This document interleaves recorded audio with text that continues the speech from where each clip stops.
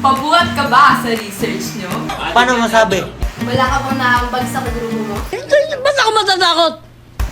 Ba't di mo na sila ipagluto ng pagkain? Pancit Canton! Paano nga ba nagluluto ng Pancit Canton?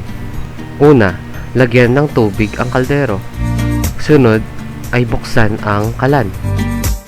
Hintayin dapat kumulo ang tubig bago pumunta sa susunod na hakbang.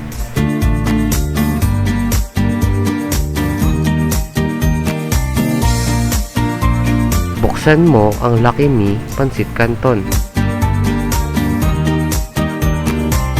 Ilagay ang Pancit Canton sa kumukulo na tubig at takpan.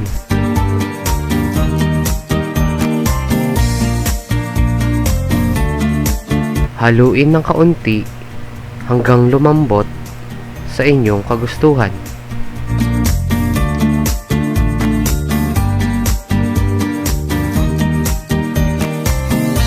Patayin ang kalan. Gumamit ng panala upang mawala ang tubig.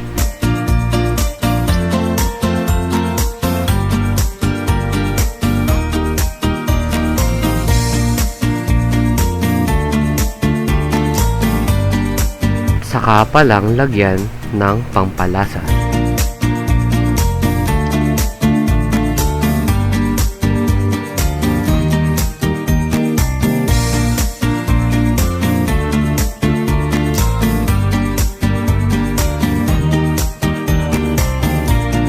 Haluin lang upang kumalat ang pampalasa at tapos na, 'di ba ang dali magluto?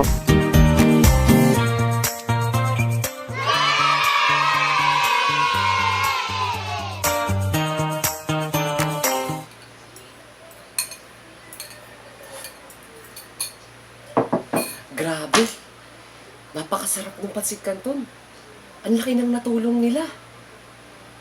Kailangan ko nang simulan yung research namin. Kayang-kaya ko na itong mag-isa.